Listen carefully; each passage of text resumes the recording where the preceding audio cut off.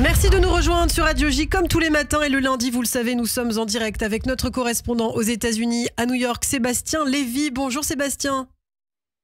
Bonjour Ilana. Merci beaucoup Sébastien d'être avec nous ce matin. Alors on va évidemment faire le point de l'actualité aux États-Unis, mais je voulais d'abord vous faire réagir sur ce qui s'est passé aux Émirats Arabes Unis, l'assassinat de ce rabbin Zvi Kogan, israélo-moldave. Les Émirats qui ont annoncé avoir arrêté 3 personnes apparemment d'origine ouzbek envoyées par l'Iran. Alors est-ce qu'il y a eu des réactions du côté des États-Unis ? Oui, il y a eu des réactions au plus haut niveau. La Maison-Blanche a fait un communiqué extrêmement clair, dénonçant évidemment cet assassinat et promettant de poursuivre les responsables en justice. Il y a eu également la gouverneure de New York a eu un tweet extrêmement fort de solidarité. Et puis, le maire de New York qui lui aussi a envoyé un tweet, alors qui a deux messages. Un tweet d'abord de solidarité. Il faut savoir que l'épouse du rabbin Kogan est de New York. Et puis, c'était aussi un tweet extrêmement fort pour rappeler que la sécurité des Juifs partout dans le monde était très importante. Et le maire a insisté sur le fait que la sécurité des Juifs de New York était absolument clé. Je rajouterai un point. Pour la ville de New York, les Lubavitch font partie vraiment du tissu de la ville. On les voit assez souvent. Vous avez, par exemple, la plus grande Hanoukia du monde qui en fait est déployée en fait à Manhattan à chaque Hanouka. Vous avez ce qu'on appelle des mitzvah tanks. Vous avez des camions en fait où vous pouvez aller mettre vos téfilines un peu partout dans la ville. Vous avez des Lubavitch qui vous demandent si vous êtes juif et pour vous mettre les téfilines.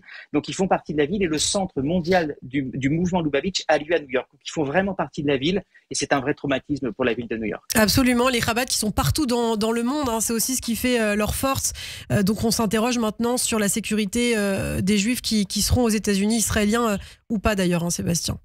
Alors aujourd'hui, c'est un symbole très fort exactement. Alors aujourd'hui, Sébastien, vous souhaitiez revenir sur la relation entre Israël et les États-Unis, puisqu'il y a beaucoup de choses qui se sont déroulées ces derniers jours, notamment cette décision de la Cour pénale internationale et puis une résolution à l'ONU avec les États-Unis qui ont posé leur veto, Sébastien. Il y a eu entre le 20 et le 21 novembre, il y a eu trois actes extrêmement importants, 3 actions très importantes qui se sont passées. Il y a eu effectivement donc une résolution à l'ONU qui a été qui enjoignait un cessez-le-feu à Gaza, mais sans la libération des otages. Donc les Américains, donc Joe Biden a imposé un veto de la part des Américains.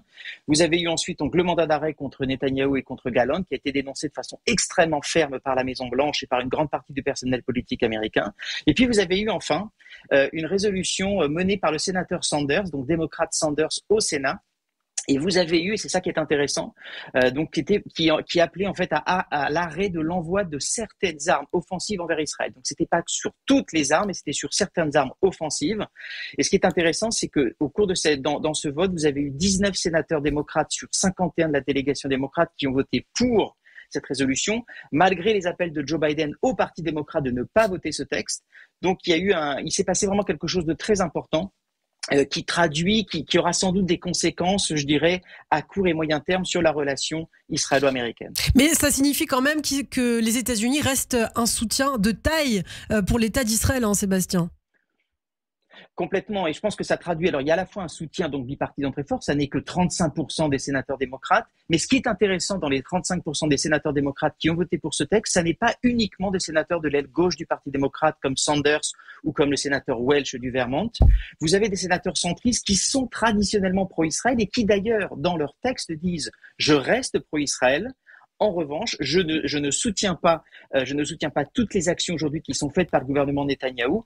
Donc vous avez en fait une fracture qui n'est pas tellement sur l'appellation pro-Israël ou anti-Israël, mais sur qu'est-ce qui est pro-Israël ou pas. Et ça a été aussi pour ces sénateurs démocrates l'occasion de manifester leur exaspération envers le premier ministre Netanyahou, qui depuis des années en fait a pas mal ostracisé les démocrates en privilégiant les liens avec les républicains. Et donc certains démocrates ont juste voulu mettre le holà.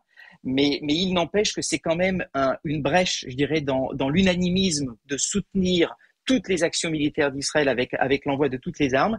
Donc ça traduit quand même quelque chose qui est d'autant plus significatif que les républicains, et c'est de bonne guerre, savent très bien qu'il y a une division au sein du Parti démocrate entre un soutien absolu et un soutien mesuré. Et donc les républicains ne cessent en fait de pousser aux divisions en disant le vrai parti pro-Israël, c'est nous.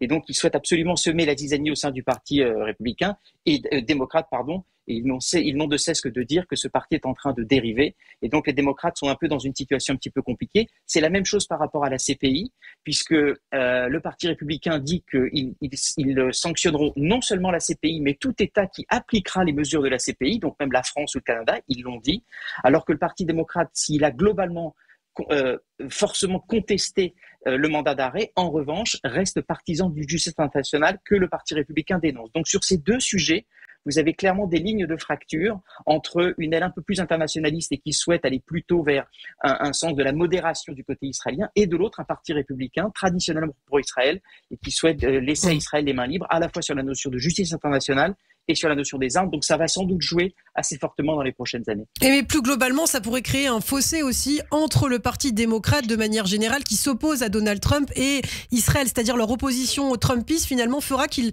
s'opposent catégoriquement à l'État d'Israël. Et en fait, c'est le vrai danger. C'est le vrai danger de la relation, du soutien bipartisan. Un des premiers fauteurs de troubles, ça a été Netanyahou, qui, comme je l'ai dit, a quand même beaucoup tendance à privilégier les républicains. Et donc, il y a quand même une certaine colère au sein du Parti démocrate. Et il est possible que dans les prochaines années, le Parti républicain souhaite vraiment accentuer ce clivage-là, et qu'il est possible que dans finalement les incarnations du Trumpisme, vous ayez un soutien extrêmement fort à la droite israélienne. Par exemple, l'ambassadeur qui a été nommé en Israël américain est quelqu'un qui est très très proche de la droite évangélique. Et il est possible qu'une des incarnations du Trumpisme ce soit ce soutien à la droite israélienne, éventuellement demain à l'annexion.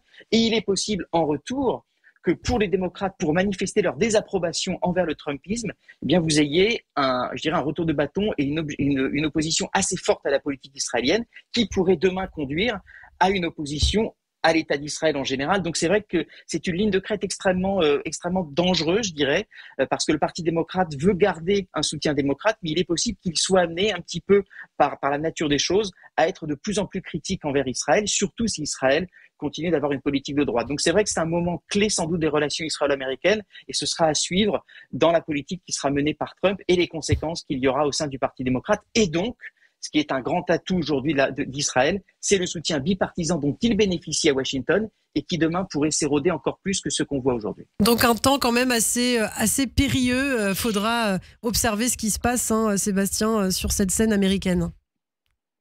Oui. En ajoutant une chose, vous avez en plus, évidemment, au sein du Parti démocrate, une aile gauche qui est assez marginale aujourd'hui, mais qui est amenée à croître de façon démographique. On en a déjà parlé à cette antenne. Et donc, pour des raisons de politique intérieure également, vous allez avoir au sein du Parti démocrate une pression de plus en plus forte de l'aile gauche, qui est pour le coup, elle, très critique envers Israël, et pas uniquement de la droite israélienne, mais même d'Israël en général.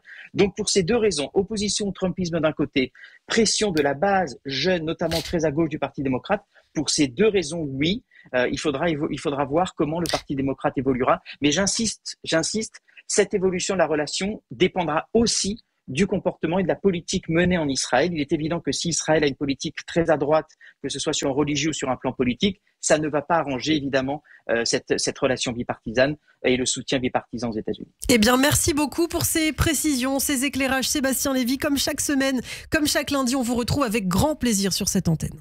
Radio J.